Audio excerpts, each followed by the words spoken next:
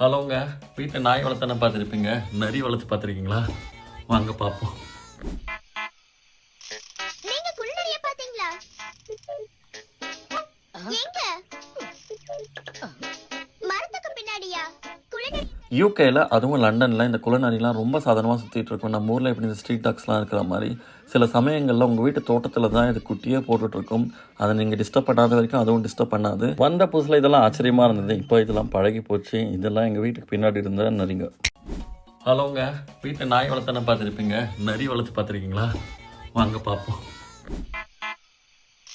நீங்க குள்ளநரிய பாத்தீங்களா? எங்க? மரத்துக்கு பின்னாடியா? குள்ளநரி யூகேல அதுவும் லண்டனில் இந்த குள்ளநரிலாம் ரொம்ப சாதாரணமாக சுற்றிட்டு இருக்கும். நம்ம ஊரில் எப்படி இந்த ஸ்ட்ரீட் டாக்ஸ்லாம் இருக்கிற மாதிரி சில சமயங்களில் உங்கள் வீட்டு தோட்டத்தில் தான் இது குட்டியே போட்டுட்ருக்கும். அதை நீங்கள் டிஸ்டர்ப் பண்ணாத வரைக்கும் அதுவும் டிஸ்டர்ப் பண்ணாது. வந்த புதுசில் இதெல்லாம் ஆச்சரியமாக இருந்தது. இப்போ இதெல்லாம் பழகி போச்சு. இதெல்லாம் எங்கள் வீட்டுக்கு பின்னாடி இருந்த நரிங்க. ஹலோங்க. வீட்டில் நாய் வளர்த்தன பார்த்துருப்பீங்க. நரி வளர்த்து பார்த்துருக்கீங்களா? வாங்க பார்ப்போம். நீங்க குள்ளநரிய பாத்தீங்களா? எங்க? மரத்துக்கு பின்னாடியா?